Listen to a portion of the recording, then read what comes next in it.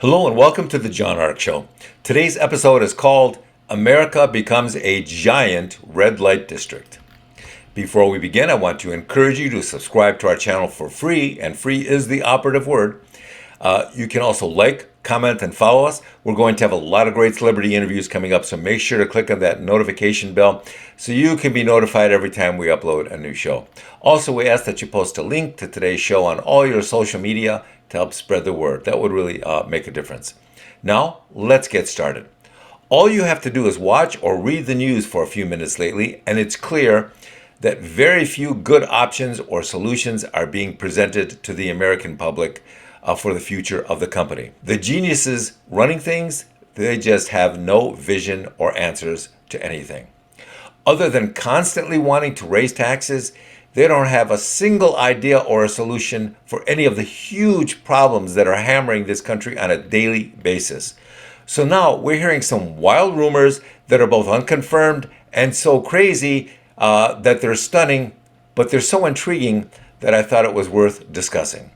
So the geniuses who have made such a mess of things are looking around the entire country, and all they see is waste and chaos and criminality and corporate failure.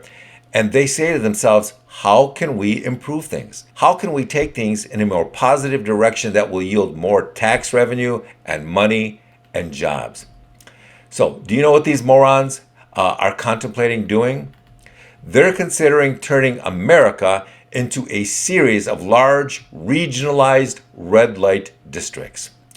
We'll call them red light vice regions, where they'll pull back on the enforcement of anti-vice laws.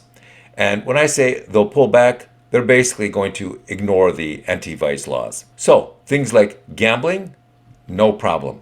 Prostitution, not a problem.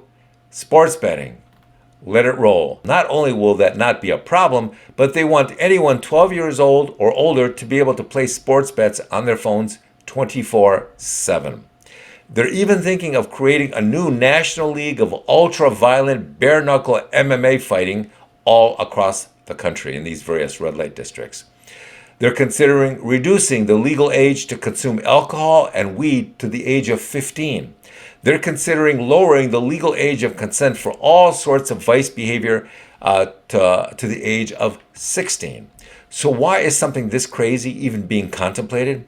Well, it's because they're desperate, and unfortunately, these people are really stupid and they're malevolent. Very little of what they've tried in the past or that they're trying now has worked or is working. In fact, most of their ideas have been disasters from day one. They want to raise taxes, but when the economy is tanking as badly as it is, isn't it going to be a little difficult for people to pay more taxes?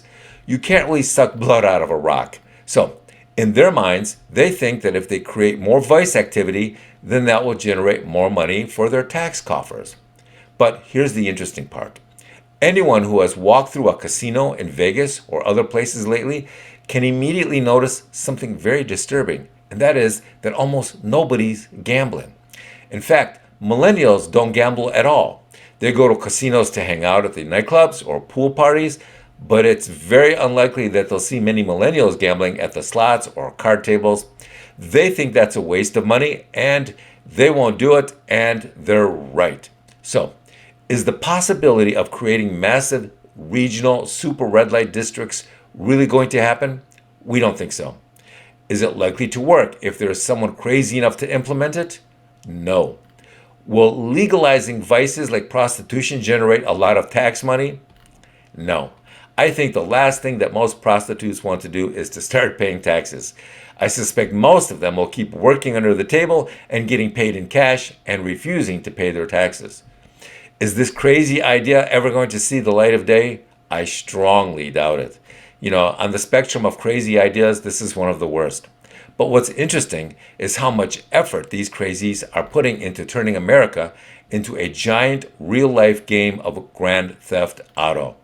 It's just amazingly stupid, and I think the idea, if there's any truth to it at all, is one of the craziest of the crazy. With that, I want to thank you for watching. I want to encourage you to subscribe to our channel for free. You can also like, comment, and follow us. We're going to have a lot of great celebrity interviews coming up, so make sure to click on that notification bell so you can be notified every time we upload a new episode. Also, we ask that you post a link to today's show to help spread the word on social media. Thank you, and we shall talk to you soon. Bye-bye.